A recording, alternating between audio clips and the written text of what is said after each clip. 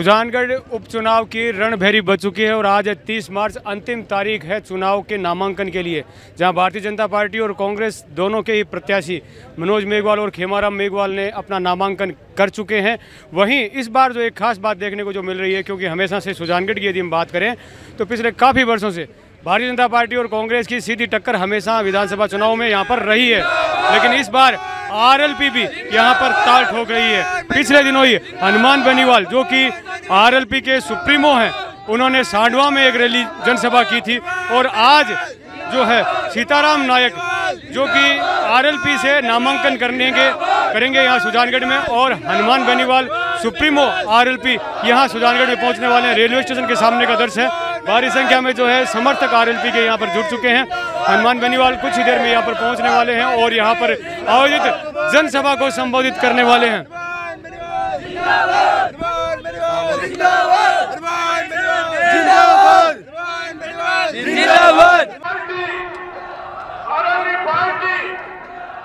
हनुमान बेनीवाल पहुँच चुके हैं, RLP supremo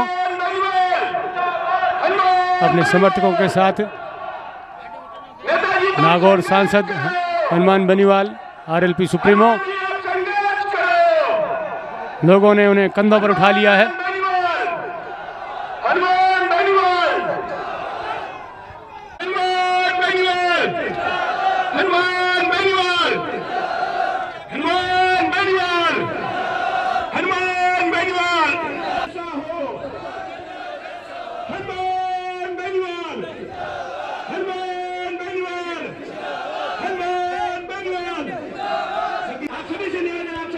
Hanuman Beniwal RLP supremo पहुंच चुके हैं मंच पर।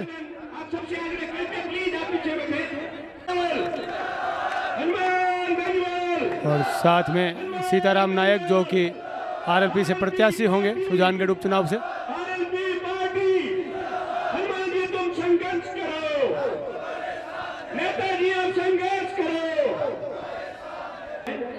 स्वागत अभिनंदन किया जा रहा है माला पहनाकर।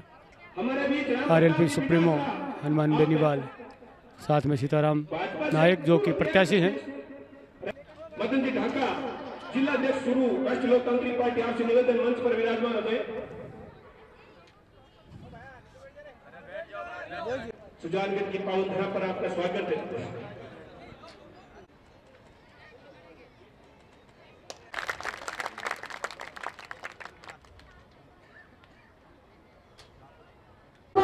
तैयार नहीं होते हैं क्योंकि उनको पता है कि एक बार ये है तो अगली बार तो मेरे को आना ही आना है। और ये एक ऐसी पार्टी है कि इसमें गरीब, मजदूर, किसान और वंचित वर्ग, दलित वर्ग, 36 कौम के लोग हैं जो आरएलपी के सुप्रीमो 24 आवर जो काम करते हैं, डायरेक्ट के साथ बातचीत कर सकते हैं, अपनी बात को रख सकते हैं और जितना भरपूर प्रयास होता है वो हमेशा उनकी मदद करते हैं।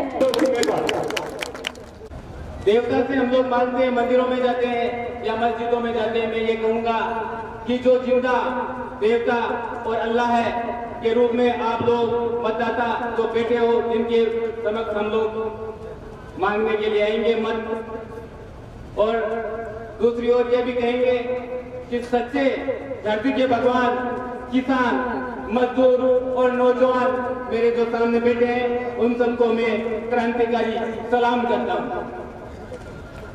साथियों, पार्टियां आती रहती है, जाती रहती है, चुनाव आते रहते हैं, जाते रहते हैं, कोई मायना नहीं रखता।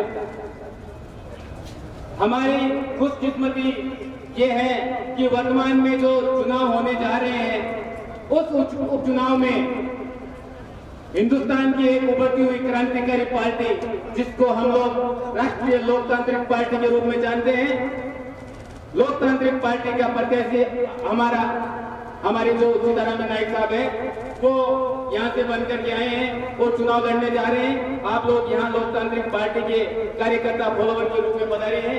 मैं आप सबका स्वागत करता हूँ। सीताराम जी, आप संघर्ष करो। राम प्रताप भारतीय जनता पार्टी से जिलाधिकारी थे, हनुमान बेनीवाल की सदस्यता ग्रहण की है आरएलपी की। तो आप हमारा हौसला बढ़ाए, हम आपके साथ हैं। तन मन और धन से, इसी आशा और विश्वास के साथ जय हिंद जय भारत। और बड़ा आनंद आया। ऐसा कैमरे वाली फोटो आ रही मेरी, चलो ठीक। तो क्या है, सीताराम जी और हनुमान जी का आप देखो, आज से 6000 साल पहले भगवान रामचंद्र जी थे। नाम का देखो मेल कितना अच्छा हुआ कि इधर सीताराम जी और हनुमान जी, और परमात्मा करे कि हनुमान जी में ऐसी शक्ति थे और हमारे मुख्यमंत्री बने 2023 में, जैसे मुकेश जी ने कहा, जोरदार तालियां के लिए। और बात क्या होती है कि मतलब जैसे होता है ना, ट्रस्टी में कॉमेडी हो जाती है। ये जो राजनेता होते हैं, हर किसी की बात नहीं कर रहा हूं, जो बड़ी बड़ी फेंकने वाले, हिंदुस्तान में कौन फेंकता है ज्यादा बड़ी? भाइयों और बहनों, मैं जब फेंकता हूं तो समझ में नहीं आती। अब हनुमान जी वहां गए, आपको पता है, मुझे ख्वाब आया, मैंने सोचा हनुमान जी के साथ में हनुमान बेनीवाल जी जो किसानों के लिए गए थे वहां, तो मैंने सोचा कि वहां नाना पाटेकर और जोनीलिया साहब आ गए और इधर ये पटर पटर मीडिया वाले साथ में आ गए।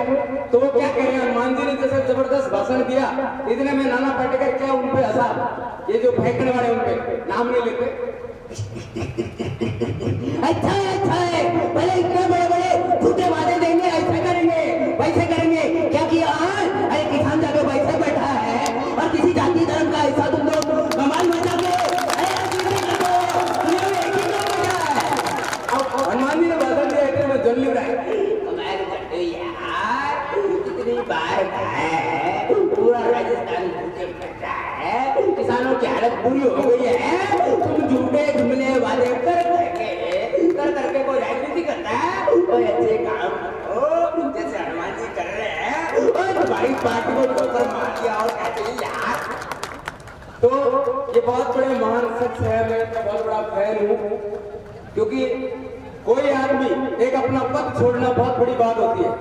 आज कोई आदमी कहते नहीं माइक छोड़ दे, तो कई आदमी घबराहट हो जाती है स्कूलों में, जब बागड़ी समझ में आए हनुमानगढ़ में, तो स्कूल में जैसे प्रोग्राम करते थे तो वो हम कई लोग ऐसे काम में लिखते हैं, भारत मेरा देश है, समझ बात ये। अरे तो आपको गर्व होना चाहिए कि भारत मेरा देश है। वैसे हमें गर्व होना चाहिए कि सीताराम जी नायक, जो कि आज नायक समाज के लिए आगे होकर उनको टिकट दिया है, उनका तहे दिल स्वागत करता हूँ हनुमान जी का, और आप लोग उनको विजय बनाए।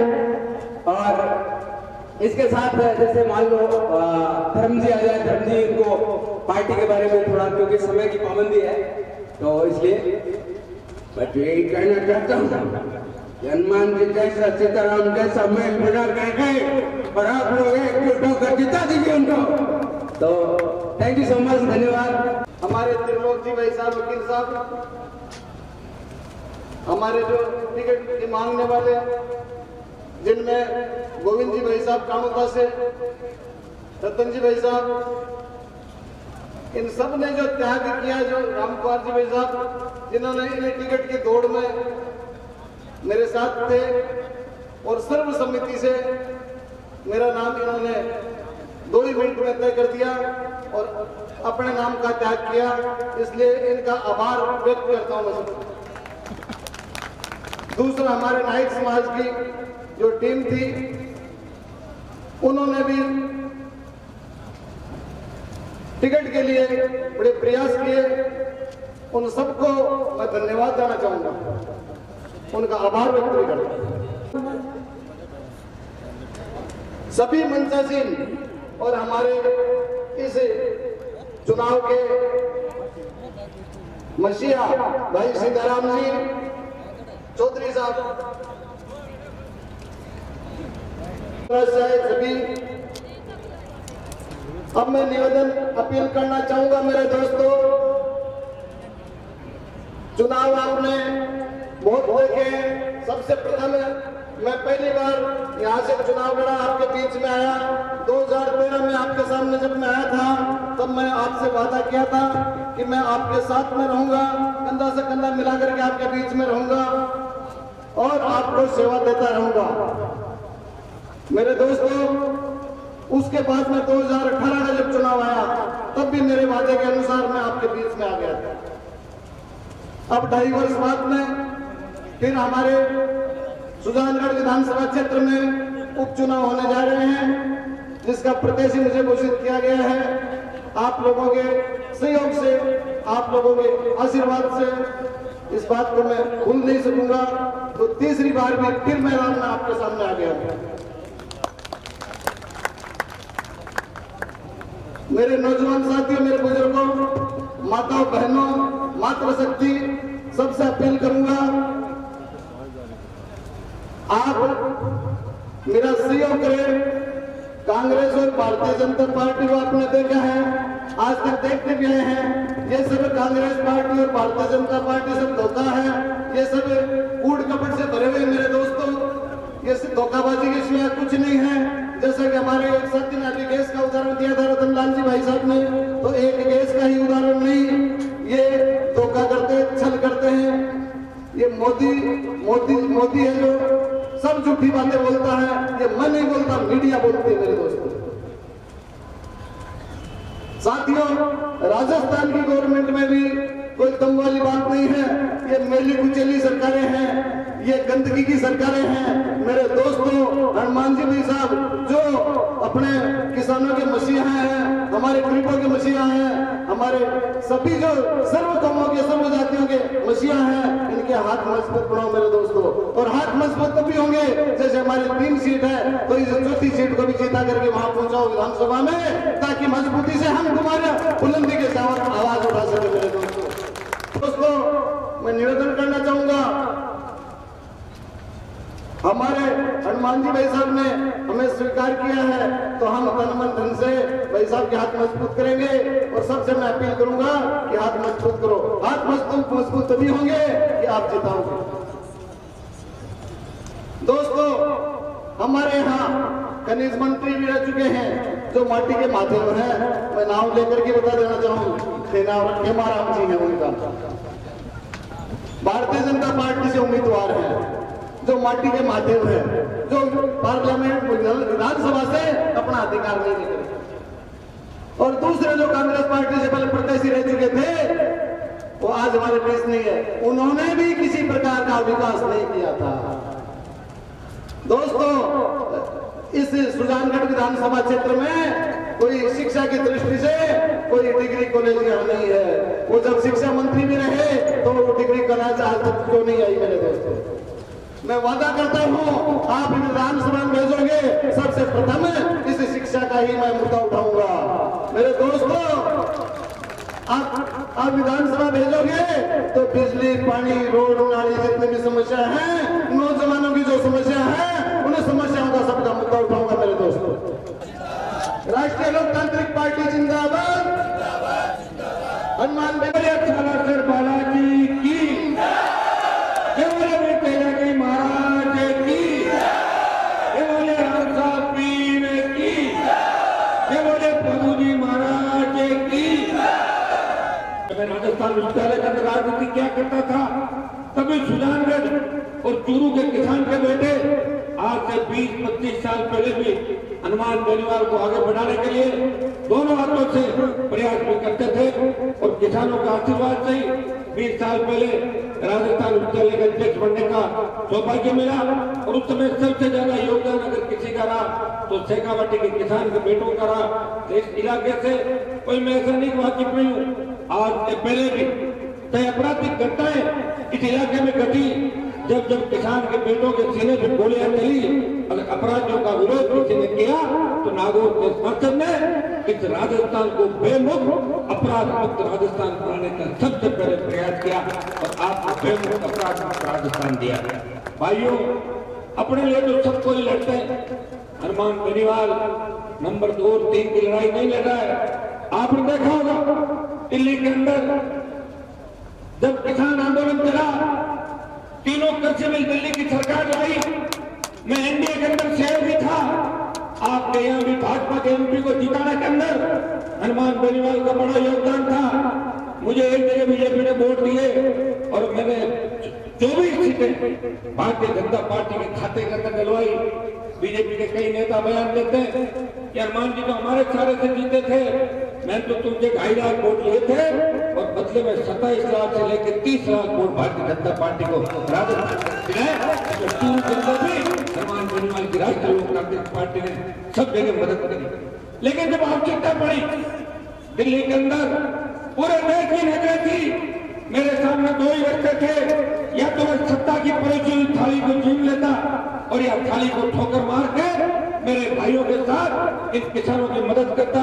हनुमान बेनीवाल ने सत्ता की परोसी हुई थाली को ठोकर मार के अपने भाइयों का साथ दिया और सड़क पर बैठ गया और 70 साल के अंदर पहली बार उस शाहजहांपुर हाईवे को जाम किया। तो 70 साल में कभी हाईवे जाम नहीं हुआ और 2.5-3 महीने से सड़क पर भी बैठा। और हिंदुस्तान की सबसे बड़ी पंचायत के अंदर आपने देखा होगा, कांग्रेस तो अखबार में छपने के लिए 2-3 दिन किसान की बात करके बैठ गई, लेकिन हनुमान बेनीवाल 25 तारीख तक लोकसभा चली थी, उसमें सबसे ज्यादा बार अगर किसानों का किसी ने नाम लिया और तीनों किसान बिलों को वापिस लेने की बात की और प्रधानमंत्री को चुनौती दी। प्रधानमंत्री जी 14 और 19 के अंदर जिन किसानों ने सत्ता के शिखर पर आपको बिठाया, आप इनसे पंगा मत लो, ये किसान थकने वाले नहीं है। 1000 साल तक दिल्ली के चारों तरफ किसानों में लड़ाई लड़ी है, आपको विपक्ष में बिठा देंगे और प्रधानमंत्री किसी और को बना देंगे, आप तीनों बिल वापिस लो। ये हुंकार अगर किसी ने भरी तो आपके भाई ने दिल्ली के अंदर हुंकार भरी और अपनी कही हुई बात निभाई। या तो वीर तेजाजी महाराज ने 1000 साल पहले अपना वचन निभाया, गुजरी की गाय लाए और अपने प्राण न्यौछावर करके हमारे समाज के साथ साथ किसान कौम का नाम ऊंचा किया और छठे देश लोग खिलाए। उन्हीं के रास्ते में चलते आपके भाई ने अपना वादा निभाया। जब राजस्थान की धरती पे किसान तकलीफ में था, जवान आत्महत्याएं कर रहा था, अपराध सर चढ़ के बोल रहा था, हमारी बहन बेटियां सुरक्षित नहीं थी, तब हनुमान बेनीवाल ने नागौर की धरती से हुंकार भरी कि मेरे भाइयों को न्याय दिलाऊंगा, संपूर्ण कर्जा माफ कराऊंगा, फ्री बिजली दिलाऊंगा, टोल मुक्त राजस्थान होगा, बेरोजगारी भत्ता दिलाऊंगा और छोटे भाइयों को नौकरियां दिलाऊंगा और अपराधियों को छलांगों के पीछे दिलाऊंगा। भाइयों, नागौर के हुंकार के बाद बाड़मेर और जब बीकानेर पहुंचा तो बीकानेर की हुंकार के बाद राजस्थान की सरकार बैकफुट पर आ गई। 50,000 का कर्जा माफ किया, 50,000 नौजवानों के लिए नई नौकरी बजट में निकाली, स्टेट हाईवे टोल फ्री किए और 5 वर्ष की बिजली भी कुछ जीती वसुंधरा से हनुमान बेनीवाल की हुंकार ने और नौजवानों और किसानों की हुंकार ने वापस कराई। फिर सीकर की रैली के बाद राजधानी पहुंचे। हमारा मकसद कोई सत्ता हासिल करना नहीं था, हमारा मकसद था कि हमारे भाइयों को न्याय मिले। दिल्ली के अंदर 17 साल में धन्ना सेठों का 3 लाख करोड़ का कर्जा माफ हो सकता है, तो हमने कहा कि राजस्थान के किसानों का भी 82,000 करोड़ का संपूर्ण कर्जा माफ करो। तो कांग्रेस जो भारतीय जनता पार्टी भाइयों जयपुर पहुंचा तब कई लोग कहते थे, हमारे विरोधी भी कहते थे, कई मेरे मीडिया के साथी पूछते थे कि पार्टी बना पाओगे क्या? राजस्थान में कभी पार्टी बनी नहीं है और बन के कोई लड़ा नहीं। मैंने कहा पार्टी भी बनेगी, लड़ाई भी लड़ेंगे। और भाइयों, उस वक्त आपको पता है कि जो नेता राजस्थान के अंदर वसुंधरा को पानी पी पी के गाली देते थे, जो लोग मेरे साथ तीसरा मोर्चा बनाने की बात करते थे, तो मुझे बीच रास्ते के अंदर छोड़ के तो जंग के मैदान से वापस चले गए। लेकिन हनुमान बेनीवाल ने हिम्मत नहीं आ रही। मुझे भरोसा था मेरे छोटे भाइयों पे, मुझे भरोसा था किसानों पे, मुझे भरोसा था दलितों पर, अल्पसंख्यकों पे कि मुझे आशीर्वाद देंगे और नए राजस्थान का निर्माण करेंगे। और भाइयों, मैंने पार्टी भी बढ़ाई, सत्ता उम्मीदवार भी लड़ाए और 9 लाख के करीब वोट राजस्थान के अंदर लिए और मेरे किसान के बेटों की संख्या भी विधानसभा के अंदर बढ़ाई और जो बदमाशी कर रहे थे उनकी संख्या विधानसभा के अंदर घटा के बहुत नीचे ले आया। ये हनुमान बेनीवाल का संघर्ष था। तो लोकसभा के चुनाव के अंदर मैंने पूछा मुझे क्या करना है, मैं कोई प्रधानमंत्री का दावेदार नहीं था। आप सबने कहा कि राजनीति के अंदर आपको भाजपा से गठबंधन करना है। मैंने भारतीय जनता पार्टी से गठबंधन किया और एक शर्त रखी, मैंने कहा बीजेपी से गठबंधन जरूर कर रहा हूँ, लेकिन बीजेपी कार्यालय के अंदर वसुंधरा नहीं रहनी चाहिए। मैं करूंगा गठबंधन और वसुंधरा को बाहर निकाल के भारतीय जनता पार्टी के कार्यालय के अंदर गठबंधन किया। ऐसा जिद्दी नेता आपको राजस्थान और देश के अंदर नहीं मिलेगा, जो चलते चलते आपके मन की भाप लेता है वो चलते चलते आपके लिए अपना कैरियर दांव पे लगा देता है। भाइयों, इस सुजानगढ़ के अंदर नाइक समाज का भी बड़ा, मेघवाल समाज के बाद सबसे ज्यादा वोट नाइक समाज, बावरी समाज की बहुत बड़ी संख्या, हरिजन समाज की संख्या, रेगर समाज भी है, खटीक समाज भी है, आदि शेड्यूल कास्ट मेघवालों के बाद आदि आबादी दूसरी जातियों के, इनको भी मौका मिलना चाहिए। मैंने कहा जितनी भी हमारी एसी के अंदर, पिछड़े वर्ग के अंदर, उस तबके के अंदर जितनी भी शोषित पीड़ित जाति है उनको सत्ता के अंदर आने का मौका मिलना चाहिए। रहमान बेनीवाल समझ समाजों में बात करके सीताराम जी नाइक को राष्ट्रीय लोकतांत्रिक पार्टी का उम्मीदवार बनाया। और मुझे तो पूरा पता है कि नाइक समाज के लोग जब बीजेपी का टिकट मांगने गए तो बीजेपी के नेताओं ने कहा कि आपको तो 7,000 वोट, और कांग्रेस ने क्यों तुम तो हमें वोट ही नहीं देते कभी, और तुम तो बीजेपी को वोट डालता हो। बताओ, मैं कह रहा हूँ वोट तो कहीं भी नहीं दे रहे हो आप। बीजेपी तो 80 में बनी थी, 80 से पहले वोट तो लोगों ने सारे कांग्रेस को डाले थे राजस्थान का। बीजेपी 80 का, बीजेपी का इतिहास 40 साल का और कांग्रेस का 70 साल से ज्यादा का इतिहास। भाइयों, दोनों पार्टियों ने राजस्थान को जम के लूटा है। 22 साल के अंदर वसुंधरा गहलोत का इससे बड़ा गठबंधन क्या होगा कि सुप्रीम कोर्ट कहता है कि वसुंधरा का बंगला खाली कराओ, और अशोक गहलोत नया कानून बना कर लाते हैं कि वसुंधरा का बंगला खाली नहीं करूंगा, वसुंधरा तो मेरे सामने वाले बंगले में रहनी चाहिए। हम सरकार गिराना चलते, हमने कोई बात छुप के नहीं की। तब 20 विधायकों का समर्थन वसुंधरा राजे अशोक गहलोत को देके और अशोक गहलोत को संजीवनी देने का काम करती राजस्थान। ये मिला जुली का खेल इसलिए भी तो वसुंधरा राजे ने जो घोटाले किए थे, गहलोत ने उन पर पर्दा डाला और गहलोत के घोटालों पर वसुंधरा ने पर्दा डाला। ये एक दूसरे के पूरक है। 2023 की जो लड़ाई है भाइयों, एक टेलर है, 3 उपचुनाव के बाद 4था उपचुनाव होगा राजस्थान के अंदर। उसकी तारीख में शायद ऐलान होनी थी, लेकिन किसी कारणवश उस उपचुनाव की तारीख बाद में आएगी। इन 4 उपचुनाव के अंदर अगर आपने कांग्रेस और भारतीय जनता पार्टी को सबक सिखा दिया तो राजस्थान आजाद हो जाएगा। और सबक सिखाने के लिए आपको मतदान करना है। इसी को आपके भारतीय जनता पार्टी के अंदर भी दिल्ली में लोगों ने नेतृत्व किया, राजस्थान की राजनीति के अंदर भी चूरू के अंदर हमेशा चूरू के मत रहे, लेकिन वो सुजानगढ़ के खेत अभी भी प्यासे हैं। सुजानगढ़ के खेतों के अंदर सिंचाई का पानी कैसे पहुंचे? कुंभाराम लिफ्ट परियोजना, सावा की जो अधूरी योजना यहाँ सुजानगढ़ तक पहुंचे, नागौर की धरती पर प्रत्येक खेत में सिंचाई का पानी पहुंचे, शेखावटी के प्रत्येक खेत में सिंचाई का पानी पहुंचे। हमारे नेताओं ने सिर्फ और सिर्फ धोखा दिया है। अब आप अगर चाहो तो परिवर्तन कर सकते हो। लोग मुझे भी कहते हैं कि आपने 20 साल खराब कर दिए, जवानी निकल जाएगी, बुढ़ापे में राज भी आ जाएगा, तो क्या कर लोगे? तो मैं उनको कहता हूँ भाइयों, मैं तो भगत सिंह की भूमिका के अंदर चलता हूँ। भगत सिंह को पूछा कि आपको फांसी हो जाएगी, तब उन्होंने कहा कि बेशक मुझे फांसी हो जाए, इस बात से मुझे गम नहीं, लेकिन मेरी भारत माता गुलामी की बेड़ियों से मुक्त हो जाएगी। हनुमान बेनीवाल राजस्थान के अंदर उन बड़े बड़े नेता जो मिलते नहीं थे उनको गली मोहल्लों के अंदर घुमाना सिखा दिया और नेताओं को गलियां दिखा दी और नेताओं को जानिया और गाँव दिखा दिया। ये मेरे संगत का ही परिणाम है। लोग कांग्रेस के लोगों को पूछ लो तो एक ही बात कहेंगे, अरे बीजेपी चाहे आ जाए लेकिन आरएलपी नहीं आएगी। और बीजेपी लोगों को पूछ लो, अरे क्या छोड़ो यार, नहीं आरएलपी कहा रही, कांग्रेस और भारतीय जनता पार्टी को राजस्थान में एक नाव पर सवार कर दिया कि राष्ट्रीय लोकतांत्रिक पार्टी के मेरे जवानों की, मेरे छोटे भाइयों की और किसानों का आशीर्वाद हुकार का परिणाम था। मुझे पूरा भरोसा है कि सुजानगढ़, सारा और राजसमंद के अंदर राष्ट्रीय लोकतांत्रिक पार्टी दोनों पार्टियों को बड़ी टक्कर देगी, बड़ी चुनौती देगी और तीनों सीट राष्ट्रीय लोकतांत्रिक पार्टी जीतेगी। ऐसा नौजवानों का रुझान आ रहा है। सोशल मीडिया के माध्यम से मैं आज नागौर से निकला, यहाँ पहुंचने में मुझे 3 घंटे लगे।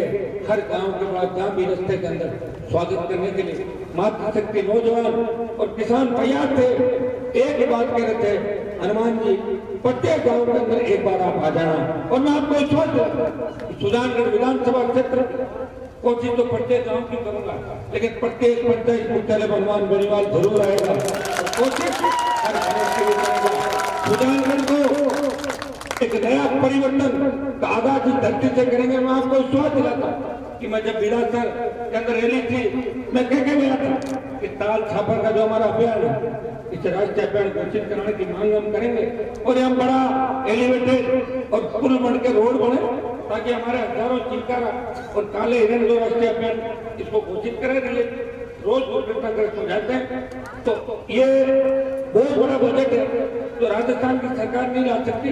तो मैंने लोकसभा के अंदर इस मामले को उठाया, मैंने सिंचाई के मामले उठाए, मैंने आपके यहाँ जो मेरी पार्टी के विधायकों ने एक प्रमुख मुद्दा था यहाँ का, ये गुडावड़ी सालासर शोभासर महाराष्ट्र का जो मुआवजे का मामला था, ये आरएलपी विधायकों ने विधानसभा के अंदर उठाया।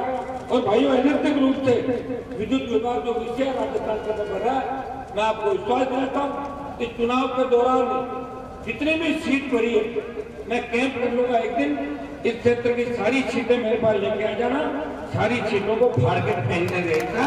ये ई चालान के नाम पर परिवहन विभाग द्वारा बेवजह चालान काटे गए। ये सही बात है कि गुंडागर्दी और इंस्पेक्टर राज कांग्रेस और भारतीय जनता पार्टी के शासन के अंदर हमेशा होता रहा, इसका भी समाधान करेंगे। और मैं सुजानगढ़ क्षेत्र के अंदर जब घूमूंगा तो आधी समस्याएं तो मेरे नाम से खत्म हो जाएगी। सुजानगढ़ में परीक्षा समय पर न करवाने का जो मामला विद्यार्थी हमारे करे, तो मैं तो हमेशा नौजवानों को लड़ता रहा हूँ, नौजवानों को रोजगार मिले, खाली पद भरे जाए। और पार्टियों को बेरोजगारी भत्ता भी अगर याद दिलाया, हनुमान बेनीवाल ने याद दिलाया, जैसे बेरोजगारी भत्ते की बात जरूर करिए, लेकिन बेरोजगारी भत्ता किसान के बेटों को मिला नहीं। भाई सुजानगढ़ को जिला बनाने को लेकर बहुत बड़ा आंदोलन चला था। हमें सब चुनाव के समय पार्टियों के नेता दबाई जमा ये बात नहीं करते कि सुजानगढ़ जिला बनना चाहिए। मैं आपको विश्वास दिलाता हूं, मेरा विधायक बना के दे दो, सुजानगढ़ को जिला बनवा दूंगा। आपको दिलाता सुजानगढ़ में ट्रॉमा सेंटर की मांग है, ये छोटी सी मांग है, बड़ी नहीं है, इसको तो वैसे ही पूरा करा दूंगा। मेरा कागज आएगा उसमें पूरी हो जाएगी आपकी सुजानगढ़ में ट्रॉमा सेंटर। और 150 किलोमीटर का आसपास कोई आपका सेंटर में आपको विश्वास दिलाता हूँ कि ट्रॉमा सेंटर तो सुजानगढ़ में बढ़ जाएगा।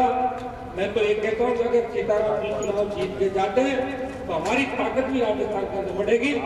भाइयों, मैसेज जाएगा पूरे देश के अंदर और मोदी जी को भी पता लगेगा कि जिस हनुमान को हमने छोड़ा है उस हनुमान ने अभी तो सिर्फ शुरुआत करी है।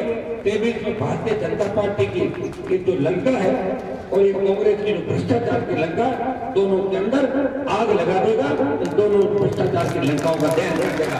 ये मैसेज दिल्ली में जब जाएगा तो सुजानगढ़ साड़ा के अंदर राष्ट्रीय लोकतांत्रिक पार्टी की और राजस्थान के अंदर आरएलपी की भारी जीत आप लोग कराओगे। बड़ा जलजला नौजवानों के अंदर, और हर नौजवान राजस्थान के अंदर एक ही बात कह रहा है कि दोनों पार्टियों से तापे, कर्मचारी भी एक बात कह रहा है, किसान भी कह रहा है, और लोकतंत्र का चौथा स्तंभ ये भी बड़े बड़े लेख जो अखबार के अंदर छपते हैं।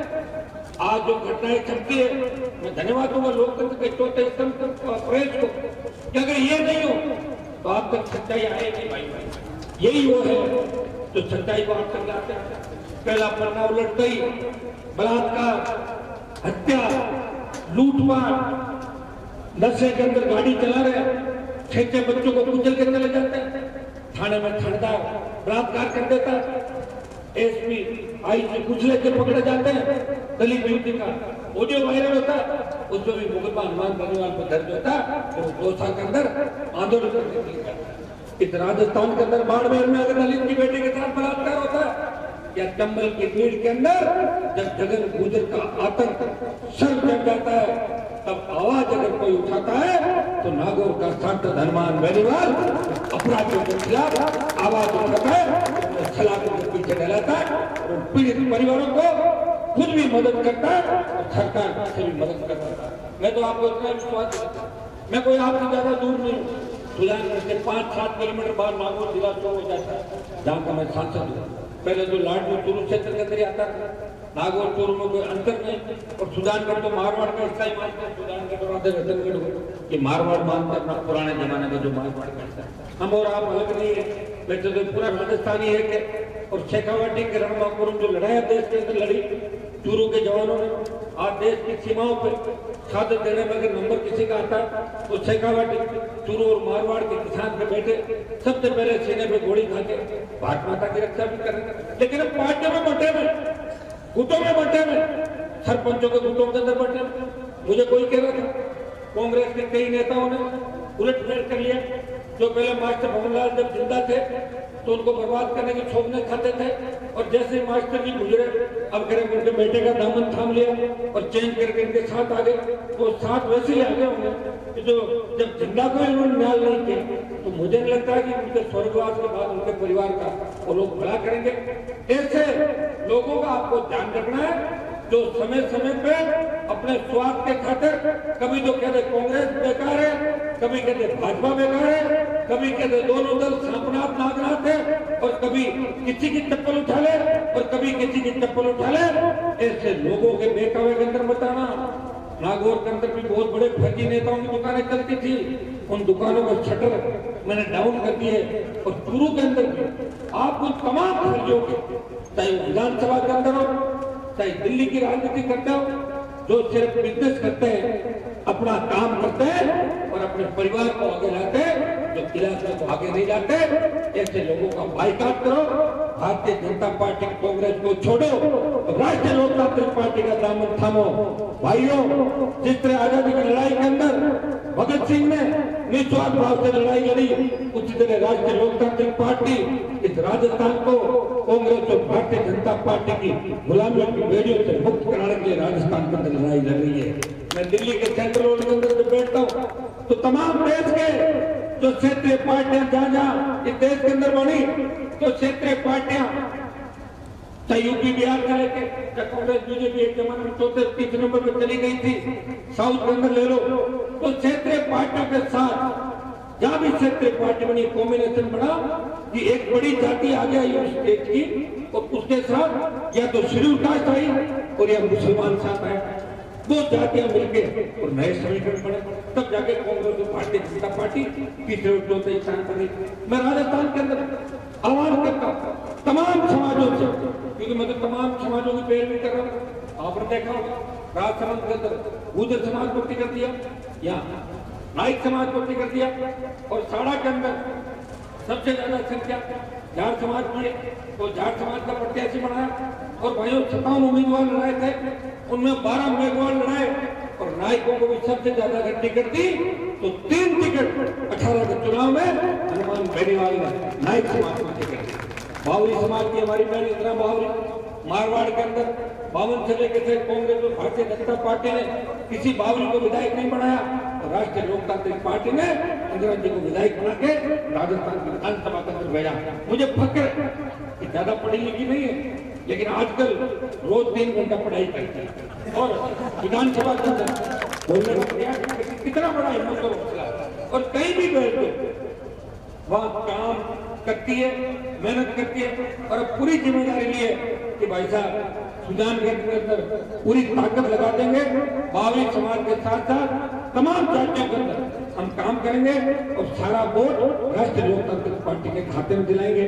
भाइयों, इस आजादी की लड़ाई के अंदर ये आजादी की लड़ाई है दोबारा। आज हमारी बहन बेटे सुरक्षित, रात को 8-9 बजे बाद अकेला कोई परिवार होता है, छोटे बच्चों के साथ सड़कों पर नहीं गुजरता, कब गुंडे बदमाश आ जाए, बोलेरो लेके, स्कॉर्पियो फॉर्च्यूनर लेके गोलियां मार दे, वो उठा के ले जाए। ये वही राजस्थान जो अपराध में 22वें नंबर पे 19वें नंबर पे था, आज 1 नंबर पे आ गया। इसका कारण कौन है? गहलोत वसुंधरा, जिन्होंने अपराधियों को पहले तो बढ़ाया, एनकाउंटर की प्रथा भी चली, चूरू जिले से एनकाउंटर की शुरुआत हुई। मेरे ख्याल से राजस्थान में जो 3-4 एनकाउंटर हुए वो चूरू जिले में एनकाउंटर स्पेशलिस्ट चूरू के अंदर कहते हैं, चाहे नेता हो चाहे दूसरे पुलिस को, तो जो एनकाउंटर का मामला चलता है चूरू की धरती से चलता है। अपराध की शुरुआत हरियाणा के रस्ते राजगढ़ से होती है, चाहे दारू का व्यवस्था हो चाहे दूसरा, यहीं से निकलता ही हुआ। तो भाइयों, अब हमें इसको रोकना है, अपराध मुझे लोग ये कहते हैं विरोधी मेरे नेता कि हनुमान जी बेनीवाल तो लड़कों को बिगाड़ने का काम करते हैं। मुझे बताओ मैंने किसी लड़के को बिगाड़ा क्या है? किसी को ये कहा क्या मैंने नशा पता करा? मैं तो सुधारने का काम कर रहा हूँ। अगर सुधारने का काम इस देश के अंदर कोई कर रहा है, नौजवानों को हिम्मत और हौसला कोई देता है, नौजवानों को अपने भाई की तरह कोई प्यार देता है, उसे आगे बढ़ने का प्रयास कोई करता है, वो निराश हो जाता है और मेरे पास अगर आता है तो निराश नौजवान को भी रास्ता दिखाने का काम हनुमान बेनीवाल करता है। मैं आपको आह्वान करता हूँ कि नशे की प्रवृत्ति से दूर रह के किसान के बेटे हो, नशा हमें एक ही चीज का रहना चाहिए कि 23 में सरकार हमारी बढ़े, दारू, डोडा, पोस्ट, अफीम, इन चीजों को छोड़ना है। हमें सरकारी नौकरी नहीं मिले कोई दिक्कत नहीं, दूसरा काम करेंगे। सरकार की ऐसी कई योजनाएं जिनमें छोटे उद्योग लगा सकते हो, छोटी एजेंसी ले सकते हो। आज आप हमारे से सहयोग लग सकते हो। सरकारी नौकरी करने वाले जिंदा नहीं रहता। मेरे परिवार में कोई सरकारी नौकरी नहीं है, मेरे रिश्तेदारी में भी नहीं है। मेरे पिताजी 77 में एमएलए बने थे, 2-3 बार एमएलए हो रहे, मैं बन गया 3 बार, एमपी बन गया, छोटा भाई बन गया, 43 साल हो गई, उसी तरह सेवा कर रहे। कोई 200, 500, 1000 आदमी जब तक रोज मिल नहीं जाते तब तक अच्छी तरीके से नींद नहीं आती। मदद करने में मजा आता है। जो हमारे घर पे आ जाए वो खाली हाथ नहीं जाए, उसकी मदद में करूं, ये ईश्वर से रोज कामना करता हूँ। तभी तो भाइयों हनुमान बेनीवाल को सुनने के लिए आज राजस्थान के प्रत्येक कोने के अंदर प्रत्येक जाति का व्यक्ति यही कहता है काश हमारी जाति में भी हनुमान जैसा नेता हो, हमारी जाति का भी नाम हो जाए। मैं आपको आह्वान करता हूं, नौजवानों हमें सत्ता पे कब्जा करना है, क्योंकि सत्ता पे कब्जा किए बिना सारी व्यवस्थाएं ठीक नहीं होती। ये जो भी आप कागज लिख के मुझे दे रहे हो, ये तो लोकतंत्र के अंदर दो ही बात होती है, या तो लड़के काम करा लो और या कलम की ताकत हो, अपने मन में अपनी काम करते हो। सत्ता अगर हमारा हाथ में आ जाए तो सारे काम हो सकते हैं, कानून की व्यवस्था रातों रात बदल सकती है। थाने के अंदर आज कोई थानेदार लगता है, वो एमएलए की डिजाइन लेके जाता है और एमएलए थानेदार डिप्टी से पैसे खाता है, वो पैसा सीधा मुख्यमंत्री तक जाता है। इस राजस्थान के अंदर भाई खान को डाला हुआ शराब माफियापन पे, चाहे डोडा पोस्ट के माफिया राजस्थान की विधानसभा के अंदर पहुंचे, लोकसभा के अंदर पहुंचे, चाहे बद्री माफिया पहुंचे, उनको नेताओं का संरक्षण था। वसुंधरा के काल में जो घोटाले हुए और चाहे गहलोत के काल में घोटाले हुए, मैं आपको विश्वास दिलाता हूं कि मैं सत्ता के नजदीक भी बैठ गया। अगर मुख्यमंत्री की कुर्सी के 20 मीटर नजदीक में हनुमान बेनीवाल बैठ गया, भाइयों जांच होगी और गहलोत वसुंधरा के दोनों कार्यकालों के अंदर जितना भ्रष्टाचार हुआ है, दोनों की जांच करके और दोनों को जयपुर की सेंट्रल जेल के अंदर डाल देंगे। ये अभी काय की कांग्रेस भारतीय जनता पार्टी बताओ, कांग्रेस में तो बड़े हो गए, कांग्रेस गहलोत और कांग्रेस सचिन, भाजपा एक तो अभी चल रही है जो, और दूसरी वसुंधरा वापिस आ रही है। जैसे जिन आता वापस बोतल में वसुंधरा के मैं बनूंगी मुख्यमंत्री, और बीजेपी का तो दुर्भाग्य देखो, अभी चुनाव 2023 में राजस्थान के अंदर जनता के हितों के लिए भाजपा नहीं लड़ रही है। सुजानगढ़ में बिजली पानी का आंदोलन किया गया बीजेपी ने कभी 2 साल के अंदर, बताओ मुझे, एक नेता बाहर नहीं है तो उनको पता है कि अपना वोट दे दो, कहां जुड़ते हैं। तो भाइयों ये मिलजुल के काम कर रहे हैं, हमें मिला जुल के गठबंधन को तोड़ना। भारतीय जनता पार्टी के 13 सीएम के दावेदार, चुनाव आता है तो 23 हो जाएंगे, और ये जो लड़ाई कांग्रेस के अंदर चल रही है ये भी टूटेगी, और भारतीय जनता पार्टी भी 2 धड़ों में बढ़ जाएगी। इस राजस्थान को बचाने के लिए राष्ट्रीय लोकतांत्रिक पार्टी अकेली राजस्थान में नजर आएगी, तो राजस्थान के मान और सम्मान को देश में बचाएगा। भाई जब देश के अंदर किसान आंदोलन चल रहा था तब एक ही बात चलती थी, मेरे पास जितने भी टेलीफोन आते देश से ये कहते थे कि राजस्थान में किसान आंदोलन नहीं चल रहा। मेरे का ऐसा है कि किसान आंदोलन की जब शुरुआत हुई थी, मेरे से कोई बात नहीं की किसी की, ये किसान संगठनों ने आंदोलन की शुरुआत की थी, पंजाब से शुरुआत हुई। मैं किसान का बेटा हूं, इसलिए राजस्थान का मान सम्मान बढ़ाने के लिए देश में कहीं ये बात नहीं चले कि राजस्थान का किसान कमजोर है, इसलिए हनुमान बेनीवाल ने शाहजहांपुर का बॉर्डर जाम किया और सत्ता को ठोकर मार के देश में संदेश दिया कि राजस्थान का किसान भी देश के किसानों के साथ खड़ा है। ये संदेश पूरे भारत के अंदर दिया। भाइयों इसलिए आज आपके बीच वोट की अपील करने के लिए आया हूं। हनुमान बेनीवाल को जितना भी वोट मिलेगा, कांग्रेस के एक वोट से गहलोत आने जाने वाला नहीं है। और बीजेपी में अगर हेमाराम जीत भी जाएगा तो पीछे की पंक्ति में हाथ जोड़ के खड़ा हो जाएगा, लेकिन सीताराम नाइक अगर जीत के जाएगा तो प्रधानमंत्री जी भी चिंतित हो जाएंगे कि हनुमान का क्या करिश्मा है कि आरएलपी कैसे जीत के राजस्थान के अंदर बीजेपी और कांग्रेस के कान खड़े हो जाएंगे, पप्पू के कान भी खड़े हो जाएंगे और मोदी के कान भी खड़े हो जाएंगे। तैयार हो जाओ, 17 तारीख तक रुकना नहीं है, झुकना नहीं है। मैं पूरा समय सुजानगढ़ के अंदर दूंगा, सुजानगढ़ के तमाम गांवों के अंदर जहां मैं कई बार गया।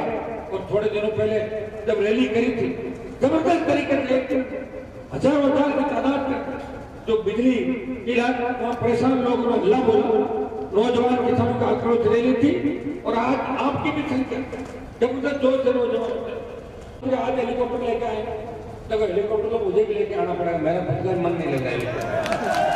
और सुजानगढ़ में हेलीकॉप्टर लेके आएंगे। सुजानगढ़ में आप जाना बताओ 5 साल के लोग 5 साल हेलीकॉप्टर, लेकिन कहीं कंपटीशन मत कर लेना, घर गांव जाने होता है तो इनके इतना खर्चा जुड़ जाएगा, चुनाव से बाहर हो जाएंगे, ये भी जानना। लेकिन तय है कि सुजानगढ़ में बड़ा रैला करेंगे, जो आज तक जितनी रैली बड़ी नहीं हुई सुजानगढ़ में करके एक मैसेज दे दे कि सुजानगढ़ के जवान किसान राष्ट्रीय पार्टी के साथ है।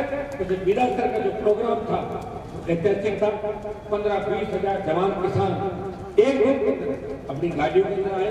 आज नामांकन रैली के अंदर हमने कोई बड़ी सभा का आयोजन नहीं रखा, लेकिन मेरी इच्छा थी कि मैं सुजानगढ़ के अंदर पर्चा बनाने जाऊंगा। और साड़ा मैंने हमारे प्रदेश अध्यक्ष और छोटे भाई को भेजा, 2 दिन बाद मैं साड़ा के अंदर जाऊंगा और फिर आप अपना प्रोग्राम बना लेना। सीताराम जी तो ढाणी गाँव घूमेंगे, मैं भी हर पंचायत मुख्यालय और हर गांव जाने का प्रयास करूंगा, ताकि मेरे छोटे भाई सोशल मीडिया के माध्यम से हर जगह अपनी उपस्थिति दर्ज कराएंगे। और अंदर ही अंदर कई लोग कांग्रेस के अंदर बैठे, कई नौजवान मुझे फोन कर रहे थे कि भाई साहब कांग्रेस का राज है, हम काम निकाल लें क्या?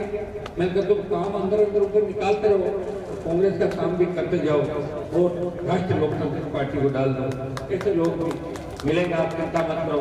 कई लोग बीजेपी में बैठे हैं, वो बीजेपी को खोखला कर रहे हैं, लेकिन आरएलपी को कोई खोखला नहीं कर रहा है। आरएलपी को मजबूत करने की दुआ है।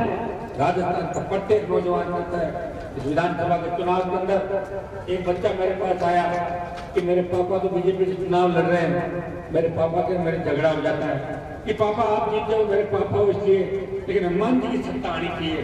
तो उसके पापा ने मेरे से बात करी कि मेरा बेटा तो आपका समर्थक है और मैं बीजेपी का। बाप बताओ, जब बाप के सामने बेटा इस राजस्थान में व्यवस्था परिवर्तन की लड़ाई लड़ रहा है, वो दिन दूर नहीं जब राजस्थान की सत्ता के शिखर पर असली किसान का बेटा बैठेगा, न राजस्थान में अपराध होगा और न राजस्थान में बेरोजगारी के अभाव में लोग आत्महत्याएं करेंगे, न कर्जे के बोझ के तले कोई किसान आत्महत्याएं करेगा। थाने तहसील कचहरी के अंदर जब गांव का गरीब और दलित जाएगा तो थानेदार तहसीलदार खड़ा होकर बोलेगा, आओ बाबा चाय पियोगे या कोल्ड ड्रिंक मंगाऊं आपके लिए। ये व्यवस्था राजस्थान के अंदर हनुमान बेनीवाल लेके आएगा। व्यवस्था परिवर्तन की लड़ाई के अंदर मेरा साथ देना, मुझे कमजोर मत पड़ने देना। मेरी वैसे बहुत हिम्मत है, लेकिन आप समय समय पे जब भी मैं कमजोर हुआ, जब भी लगा तो कहीं चूरू से, सुजानगढ़ से, शेखावाटी से, गंगानगर, हनुमानगढ़, बाड़मेर, जोधपुर, अजमेर, भरतपुर, अलवर से, मेवाड़ से एक आवाज आती है, हनुमान जी हिम्मत मत हारना, ये लड़ाई कहाँ से जाऊंगे। 23 में कांग्रेस और भाजपा को घर बिठा देंगे। 18 के अंदर भी आपने कांग्रेस को वेंटिलेटर पे ला दिया, गहलोत को 99 पे और भाजपा को 72 पे ले आए थे। 3 विधायक मेरे जीते, बसपा शेड्यूल कास्ट के विधायक नहीं जीता पाई और हनुमान बेनीवाल के आरएलपी पार्टी के 3 में से 2 विधायक शेड्यूल कास्ट के जीत के राजस्थान की विधानसभा तक पहुंचे। और मुझे खुशी होगी कि सुजानगढ़ के अंदर भाई सीताराम जी को आप जिताओगे। मैं काम की गारंटी लेके जा रहा हूँ, सीताराम जी का आपके बीच रहेंगे ही रहेंगे, लेकिन हनुमान बेनीवाल की भी इतनी जिम्मेदारी बढ़ जाएगी कि आपको ये भी मिलेंगे और मैं भी हमेशा आपके पहले मिला और आगे भी सुजानगढ़ की प्रत्येक समस्या के समाधान के लिए कटिबद्ध रहूंगा। भाइयों, पूरी मजबूती के साथ हमें लड़ना है। आज से ही एक व्यक्ति लग जाए सोशल मीडिया के माध्यम से टेलीफोन के माध्यम से। और मैं धन्यवाद दूंगा मातृ शक्ति को, माताएं बहनें जो हमारी बैठी, मेरे छोटे भाई भगत सिंह की भूमिका के अंदर चल रहे इस आजादी की लड़ाई के अंदर, और मेरी माताएं बहनें झांसी की रानी लक्ष्मीबाई बढ़ के इस राजस्थान के अंदर परिवर्तन का आगाज लाएगी और भ्रष्टाचार रूपी रावण को खत्म करेगी। कांग्रेस और भारतीय जनता पार्टी को घर बिठा के इनकी राजस्थान से विदाई तय करेगी। बहुत बहुत आपको धन्यवाद। जय।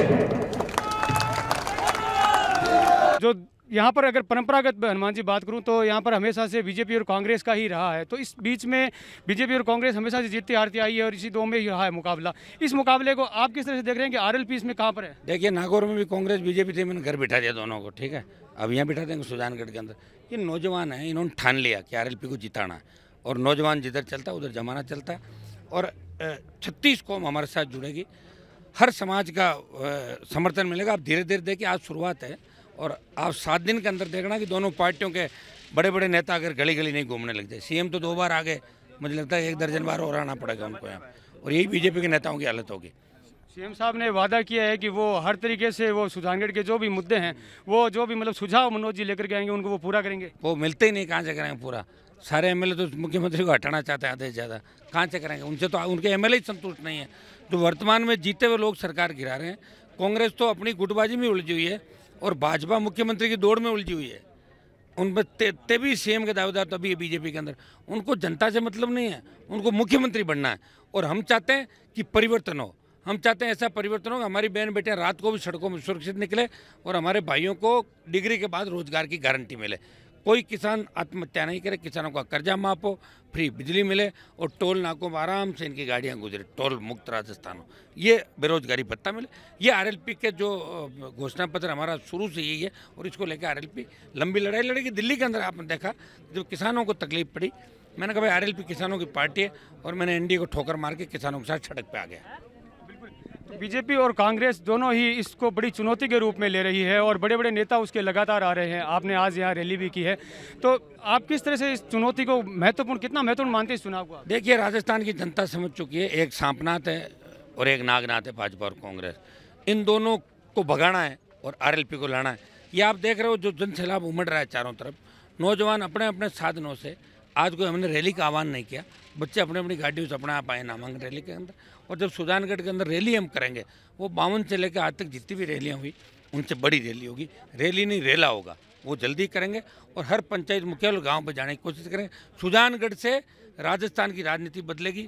सुजानगढ़ में आरएलपी जीतती है, साड़ा में जीतती है, राजसमंद में जीतती है, तो ये तय है, ये टेलर है। और 23 की पिक्चर राष्ट्रीय लोकतांत्रिक पार्टी के रूप में अब राजस्थान की सत्ता के अंदर देखोगे परिवर्तन।